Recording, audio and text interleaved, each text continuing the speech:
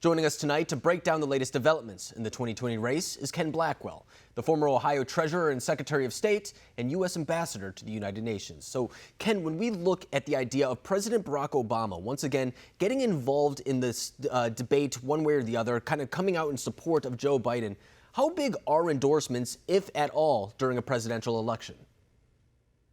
Well, the endorsements are not going to be that important. What's going to be important is for President Trump to make this a choice between his America and where Joe Biden would take us.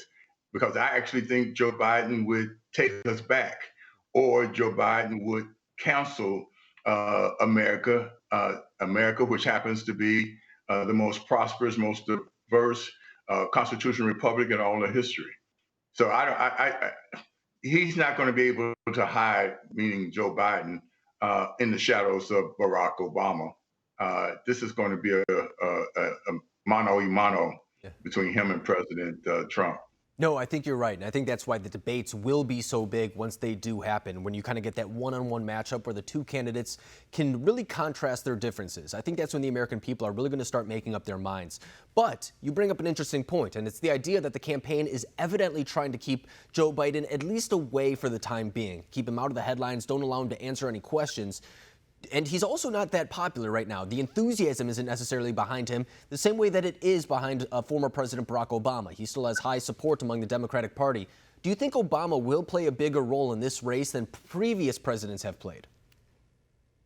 No, I really don't think so, because I think there's going to be a clear choice for the American people. Joe Biden is embracing an agenda that will keep most of America's major cities killing fields as opposed to fields of dreams. This is going to be a choice between an opportunity society and a welfare state. And I think most Americans will choose the opportunity society and the fields of dreams for their children, not a big government plantation where dreams are smothered, not encouraged. And that does bring up an interesting point, too. For example, some never Trump Republicans will say, I just can't vote for President Trump, and they claim to be conservative. And they were even willing to vote for Senator Bernie Sanders over him at that time, prompting some to question how conservative they actually are. But when we're on this concept of presidents as well, reports say that former President George W. Bush will not be endorsing President Trump in this upcoming race. What does that speak to about the development of the Republican Party and how it's changed since that moment? Well, the Republicans are going to. Do you embrace the agenda of a party that is fundamentally trying to transform our country, or do you embrace America as, while an imperfect union, a perfectible union when we're all pulling in the same directions? Look, great nations are not the products of great government. They're the products of good people doing great things together. And I think that's the fundamental difference. We have to drive home the choice to the American people. And it's not going to be whether George W. Bush endorses Trump or whether Barack Obama endorses Biden.